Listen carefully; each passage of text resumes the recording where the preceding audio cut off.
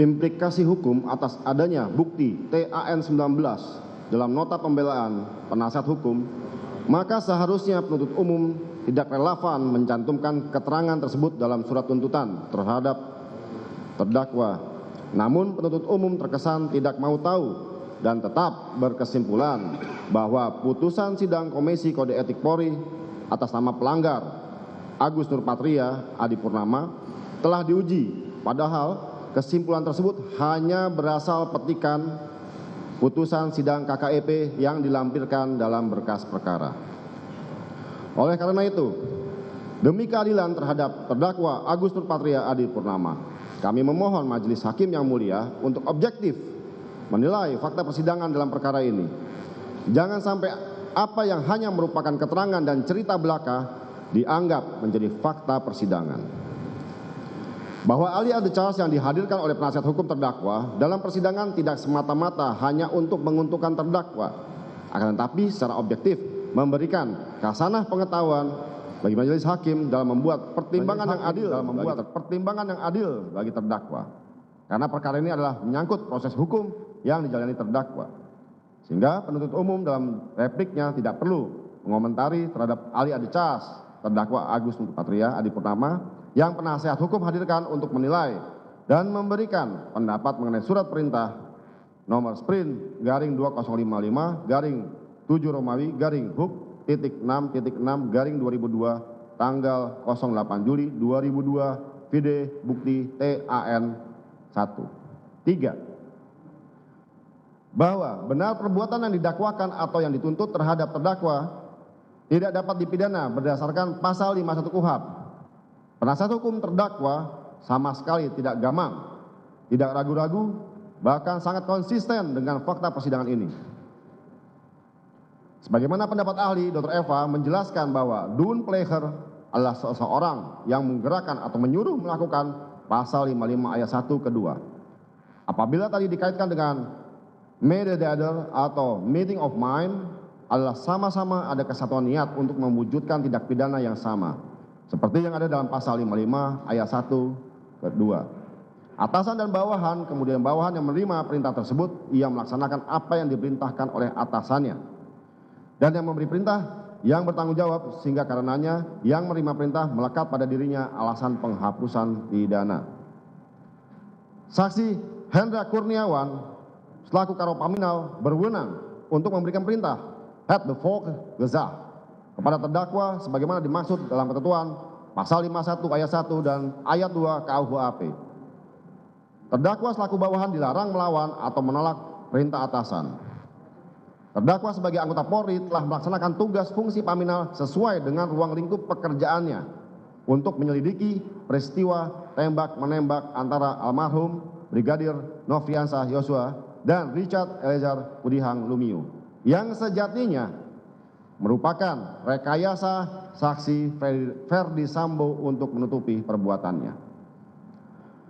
Bahwa perbuatan terdakwa dengan melakukan tindakan apapun untuk meneruskan perintah jabatan dengan itikat baik dan sesuai lingkup surat perintah dan meneruskan perintah cek, amankan CCTV dan koordinasikan dengan penyidik Polres Jakarta Selatan.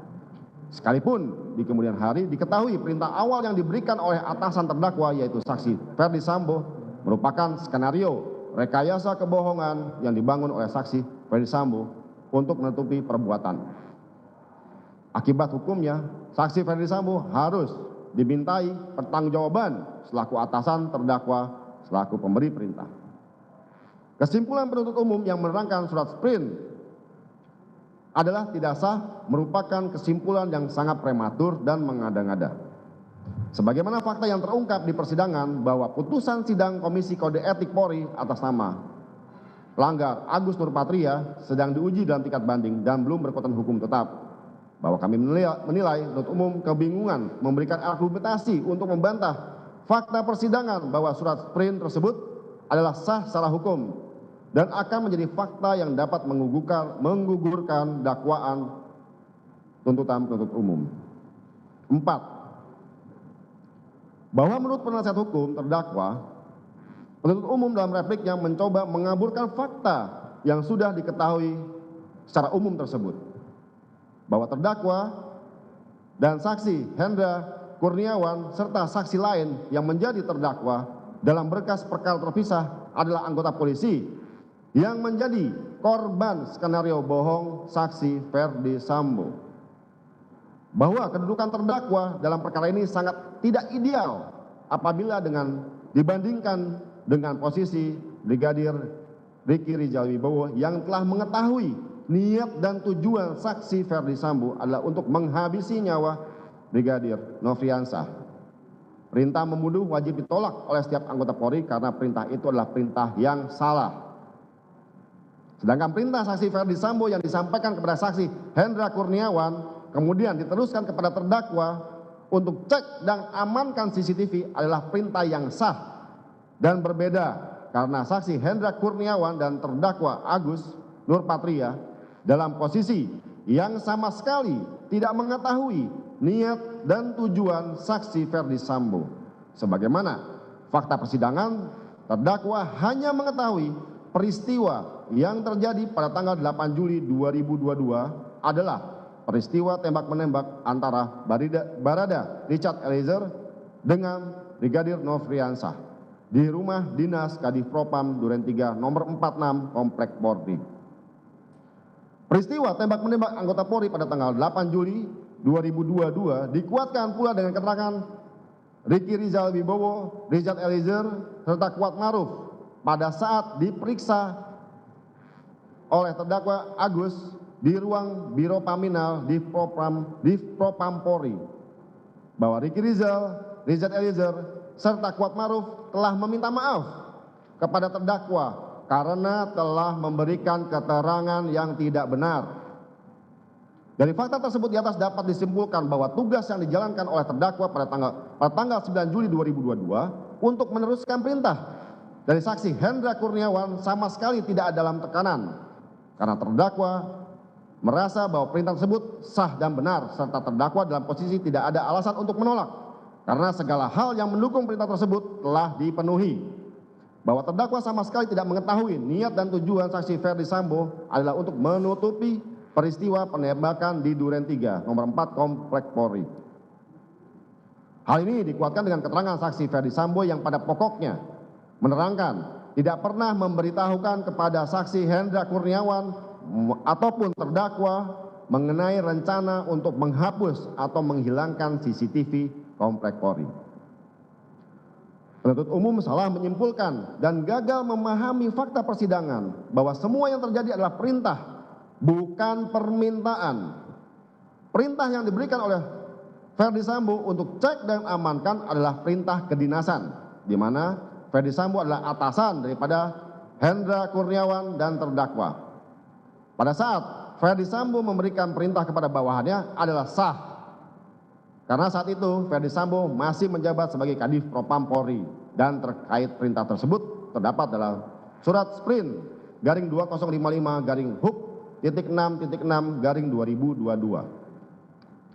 Bahwa dapat kami jelaskan anggota Polri yang menjadi saksi dalam perkara Akuo yang telah menjalani sidang kode etik terkait peristiwa tanggal 08 Juli 2022 di Duren 3 semuanya kompak menyebutkan mereka adalah korban skenario bohong saksi Ferdi Sambo. Bagaimana mungkin orang yang dibohongi bisa mengerti dan paham niat dan tujuan pelaku? Bahwa nota pembelaan penasihat hukum terdakwa telah memiliki dasar yuridis yang kuat dengan kebijaksanaan untuk menilai suatu peristiwa dihubungkan dengan data dan fakta-fakta yang ada. Kami berkesimpulan penuntut umum terlalu reaktif menilai negatif terhadap nota pembelaan penasihat hukum terdakwa. Secara teori, menggunakan penilaian yang negatif untuk mencari kebenaran dari sebuah masalah atau kejadian tertentu akan melahirkan argumentasi yang tidak rasional, tidak ada logika, yaitu tanpa mempertimbangkan aspek dan menganalisis relevansi informasi yang berhubungan dengan suatu kejadian, baik yang berupa fakta, opini, maupun data.